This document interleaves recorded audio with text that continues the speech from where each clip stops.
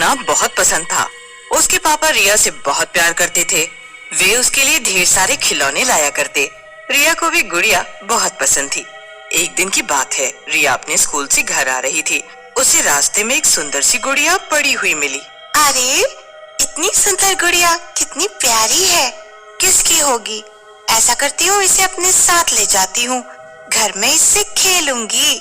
रिया उस गुड़िया को घर ले जाती है और टेबल पर रख देती है और बाथरूम में चली जाती है। रिया की माँ पूनम और रिया के पापा जब रिया के कमरे में जाते हैं तो उन्हें गुड़िया दिखती है। अरे, ये कहाँ से आई? मैं तो नहीं लाया। कितनी अजीब सी दिखती है ये, कहाँ से आई होगी? पापा, ये मैं लाई हूँ। पापा, वो जो बड़े से बरगद के पास पुराना घर नहीं है, वहीं रास्ते में पड़ी हुई थी। देखो ना, कितनी सुंदर है। हाँ, सुंदर तो है, पर ये कुछ अजीब सी नहीं लग रही तुम्हें? कैसी अजीब पापा? सुंदर तो है। हाँ, अब ज्यादा बहस मत करो, चलो खाना खा लेते हैं। अगले दिन से पूनम देखती है कि रिया कुछ अजीब सा बर्ताव कर रही है। छोटी छोटी बातों में रिया गुस्सा हो रही है।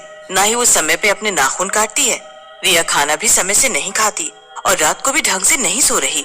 पूनम देखती है कि रिया का पढ़ने में भी मन नहीं है। वो दिन भर उस गुड़िया से खेलती रहती है। ये सब देखकर पूनम को बहुत चिंता होने लगी। ये सब क्या हो रहा है? रिया कुछ अलग सा बर्ताव क्यों कर रही है? इसका पढ़ने में बिल्कुल भी ध्यान नहीं है। लगता है आजकल इसका ध्यान इस गुड़िया पे ही है। इसका तो कुछ करना ही पड़ेगा। तभी पूनम के घर उसकी पड़ोसी वैजंती आती है। अरे ओ पूनम, कहाँ हो आजकल? दर्शन नहीं होते तुम्हारे। घर में क्या करती रहती हो दिन भर? आओ आओ दीदी, कैसी हो? हाँ, मैं ठीक हूँ। पर ये बता, आजकल कहाँ रहती है तू?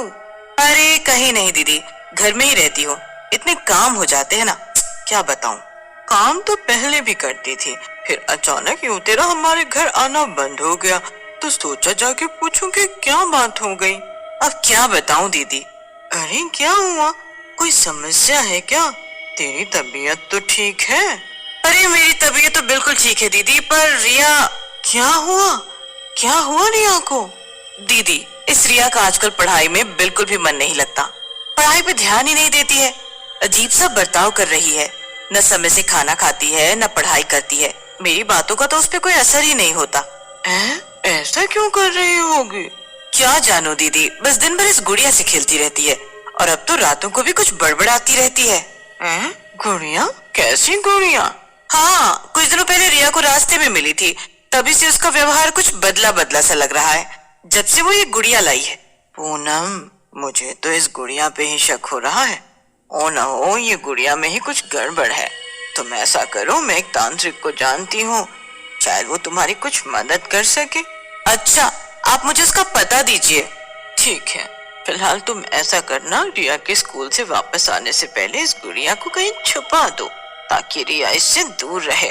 वैजंती पूनम को तांत्रिक का पता बताती है। पूनम उस गुड़िया को ऐसी जगह छिपा देती है जहाँ रिया ना ढूंढ पाए। रिया स्कूल से आते ही गुड़िया ढूंढने लगती है। रिया बेटा, आ गई स्कूल से तुम? हाँ, मेरी गुड़िया कहाँ है? देखो यहीं कहीं होगी। नहीं है यहाँ, सुबह मैंने यहीं रखी थी। क्या करोगी उस गुड़िया का तुम? अपनी पढ़ाई पर ध्यान दो ना। मैं कब से देख रही हूँ तुम पढ़ाई में ध्यान नहीं दे रही। ऐसा नहीं चलेगा, चलो पढ़ाई करो। मैंने आपसे पूछा कि मेरी गुड़िया कहाँ है। पूनम रिया का गुस्सा देखकर डर जाती है और रिया को कमरे में बंद करके वैजंती के साथ तांत्रिक के घर चली जाती है। मेरी बेटी रिया कुछ दिनों से बहुत ही अजीब सा बर्ताव कर रही है। मुझे बहुत चिंता हो रही है। उसे कुछ दिनों पहले एक गुड़िया मिली थी, तभी से उसे न जाने क्या हो गया है। तुम्हारे घर में बहुत बुरी शक्ति ने प्रवेश कर लिया है। उसने रिया को अपने वश में कर लिया है। जल्दी ही कुछ करना होगा, नहीं तो अनिष्ट हो जाएगा। पंडित जी, कोई रास्ता दिखाइए। एक ही रास्ता है, किसी भी तरीके से उस गुड़िया को यहाँ लेकर आना होगा। यह आसान नहीं है पंडित जी। रिया पूरी तरीके से उसके वश में है, तो हम गुड़िया कैसे लाएंगे? मैं कल तुम्हारे घर आता हूँ, तब तक तुम ये धागा उसे बांध देना। पूनम और वैजंती धागा लेकर घर आ जाती हैं। पूनम धीरे से रिया के कमरे का दरवाजा खोलती है, पर रिया उन्हें कहीं नजर नहीं आती। रिया बेटा, कहाँ हो तुम? लगता है रिया कमरे में नहीं है। रिया इस वक्त कहाँ जा सकती है? ये सब उस गुड़िया की वजह से ही हो रहा है। वही रिया को कहीं ले गई होगी। मैं तांत्रिक को फोन करती हूँ, रुको। रिया की माँ रोने लगती है और पूरे घर में रिया को ढूंढने लगती है। वैजयंती तांत्रिक को फोन करके पूनम के घर बुला लेती है। बाबा, रिया कहीं नहीं मिल रही है। रिया और रिया की गुड़िया दोनों ही गायब है। उस गुड़िया ने पूरी तरीके से रिया को अपने वश में कर रखा है। हो ना हो, रिया उसी जगह गई है जहाँ उसे ये गुड़िया मिली थी। तुम्हें रिया ने बताया था कि ये गुड़िया उसे कहाँ मिली थी? हाँ, वो जो बड़ा सा बरगद के पास टूटा हुआ पुराना घर है ना, वही। हमें तुरंत वहाँ जाना होगा। तांत्रिक, वैजयंती और पूनम तीनों रिया को ढूंढने बरगद के पेड़ के पास पहुँच जाते हैं। रिया वहाँ गुड़िया के साथ खेल रही होती है। रिया बेटा, ये गुड़िया मुझे दे दो, वरना मैं इसे तुमसे छीन लूंगा।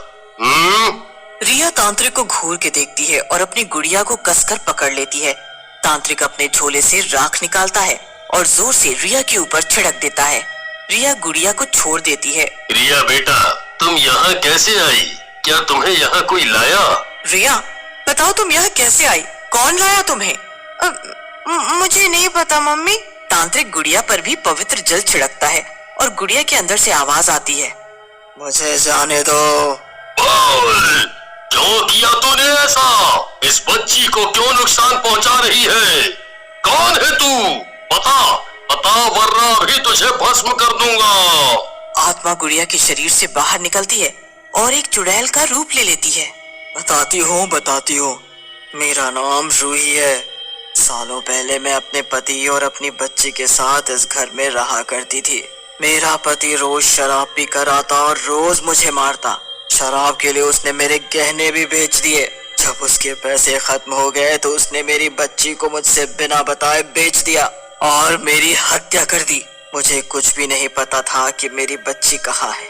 मेरी बच्ची को ये गुड़िया बहुत पसंद थी, इसीलिए मेरी आत्मा इसी गुड़िया के अंदर रह गई। तो तू रिया को क्यों नुकसान पहुंचा रही है? क्योंकि मेरी बच्ची को खरीदने वाली कोई और नहीं, ये पूनम है। रिया मेरी बच्ची है और मैं उसे अपने साथ ले जाने आई हूँ। ऐसा मत करो, रिया मेरी बच्ची है। मैं उसके बिना कैसे रह सकती हूँ? तुम इसे कहाँ ले जाओगी? तुम तो मर चुकी हो। जैसे इतने सालों में इसके बिना तड़पी हूँ, वैसे तुझे भी तड़पना पड़ेगा। रिया मेरी बच्ची है। बस, बहुत हुआ। माना तुम्हारे साथ गलत हुआ है, पर अब तुम अपनी जिंदा बच्ची को अपने साथ ले जाकर क्या करोगी? तांत्रिक चुड़ैल के ऊपर राख छिड़क देता है और चुड़ैल गायब हो जाती है। पूनम और वैजयंती रिया को लेकर घर चले जाते हैं।